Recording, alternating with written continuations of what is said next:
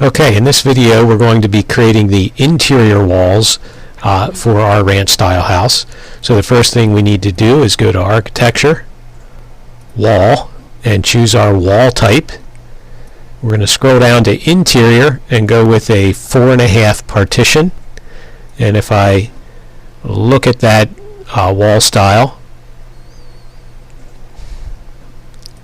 it is actually a 3.5 inch softwood lumber layer, so that's our 2x4 stud, and then it has a 1/2 inch drywall on either side, so the gypsum wall board. So that looks good. Okay, next step is to set the base constraint and the top constraint for the wall. We're going to leave the base constraint on first floor, and we're going to set the top constraint for the ceiling, because the interior walls stop at the ceiling. And we're going to start creating some walls here. Now you need to pay attention to your location line. So that's the click point on the wall that you're going to draw. First wall I'm going to draw is a wall that goes from the corner of this exterior wall all the way through the house. So in order to get that to line up right, I'm going to use the finished face interior, and I'm going to click there and go across, and it lines up exactly on the corner there. Okay. Now the reason I used interior was because technically I'm going counterclockwise here, so that would give me this side of the wall. If I would have done the exterior and clicked here, the wall would have been over on this side. So that's the reason for that. Second wall I'm going to create is another one that lines up with this exterior corner. So for that one, I'm going to switch to finish face exterior, because now technically I'm going clockwise. Now you see how the corner lines up there. And I'm going to go ahead and turn off the chain option here, and that'll allow me to just draw one wall at a time, and I won't have to cancel after every wall. Okay, I'm going to now switch this to wall center line, right? Because that'll just make it a little bit easier. Now as I'm going through it, I'm doing this, I'm referring to this sketch. I have it laying next to me on the desk here. But I just created this wall, which is my garage wall, and I created this wall because they line up with those exterior corners. The next wall I'm going to create is this wall right here. I'm actually going to line up these two walls and take it almost all the way through the house. Now the way to think of this is as though you're sketching the walls. So I'm not really worrying about dimensions too much. I just know that that wall goes from about there to about here, and it runs into my closets down here at this end. Okay, so there we got a couple of walls. Next one I'm going to draw is for my bedroom up in the corner here, and then I have another bedroom next to that one.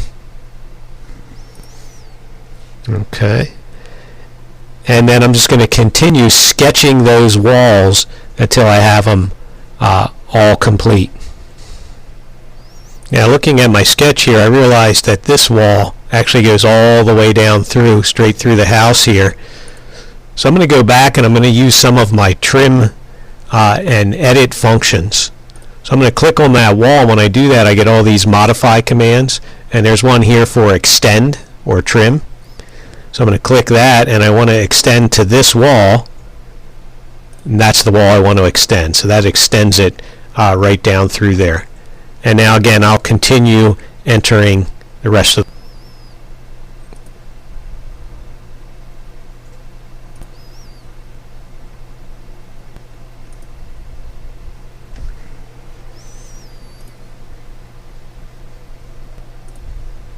And again, you'll notice I'm just sketching these walls here. I might want to go back and turn chain on to draw a couple of these lines in a row here. Okay, that looks like the last one. Now I have a little piece sticking out here. There's a couple ways to edit that. I could trim it off, or if I just cancel out of my wall command, I can simply grab the end of that wall and drag it down here. It automatically trims it out the way I want it. I'm also noticing that this needs to come down a little bit, and I need to use extend again to extend this wall all the way through here to my hallway. If I look at my sketch, it comes all the way down there. And then I also need to trim out a section of that wall right there. So another command for that would be the split element, and I can go in and I can split that wall here and here. Cancel out, and then that wall is actually a separate section, and I can just delete it out of there.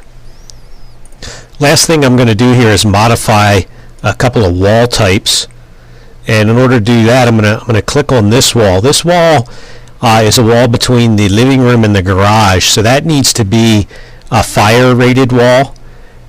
So I'm going to just come over here and change that to an interior 4 3/4 1 hour wall. Okay, so that's a wall that meets the fire code. The other thing I'm going to do is I created these walls without insulation in them, the exterior walls. So I'm just going to hover over one of the exterior walls, and I'm going to hit tab as I'm hovering there, and it highlights all the walls, and I can click the mouse, select all those walls, and that allows me to change them all at the same time. So what I'm going to actually do there is just go in and edit this wall, duplicate it, and I'm going to call it exterior wood siding on wood stud, and put INS after it for insulation.